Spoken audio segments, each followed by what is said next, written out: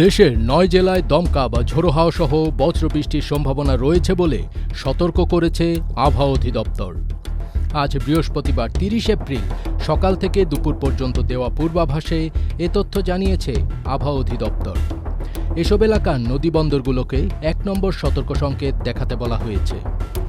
ভোর ৫টা থেকে দুপুর ১টা পর্যন্ত দেশের অভ্যন্তরীণ নদীবন্দরগুলোর জন্য দেওয়া পূর্বাভাসে বলা হয়েছে, ময়মনসিংহ, খুলনা, বরিশাল, পটুয়াখালী, নোয়াখালী, কুমিল্লা, চট্টগ্রাম, কক্সবাজার এবং সিলেট অঞ্চলের ওপর দিয়ে পশ্চিম অথবা উত্তর পশ্চিম দিক থেকে ঘণ্টায় ৪৫ থেকে ৬০ কিলোমিটার বেগে অস্থায়ীভাবে দমকা অথবা ঝোড়ো হাওয়া সহ বৃষ্টি অথবা বজ্রসহ বৃষ্টি হতে পারে। এদিকে উত্তর বঙ্গোপসাগর ও তৎসংলগ্ন এলাকায় বায়ুচাপের তারতম্যের আধিক্য অব্যাহত রয়েছে। চট্টগ্রাম, কক্সবাজার, মোংলা ও পায়রা সমুদ্র বন্দরসমূহকে ৩ নম্বর স্থানীয় সতর্ক সংকেত দেখিয়ে যেতে বলা হয়েছে।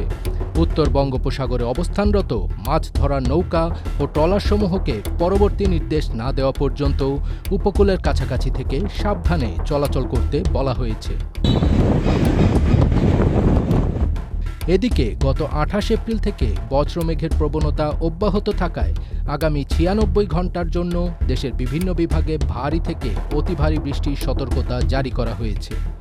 আবহাওয়া অধিদপ্তর জানায়, রংপুর, রাজশাহী, ময়মনসিংহ, ঢাকা, খুলনা, বরিশাল, চট্টগ্রাম ও সিলেট বিভাগের কোথাও কোথাও ২৪ ঘণ্টায় ৪৪ থেকে ৮৮ মিলিমিটার পর্যন্ত ভারী বর্ষণ এবং ১৮৮ মিলিমিটারের বেশি অতি ভারী বর্ষণ হতে পারে।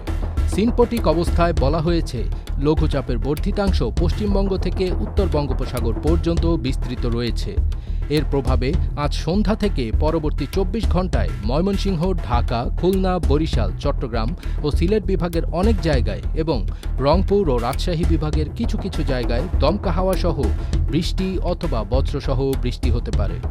সারা দেশে দিন ও রাতের তাপমাত্রা প্রায় অপরিবর্তিত থাকতে পারে বলে পূর্বাভাসে বলা হয়।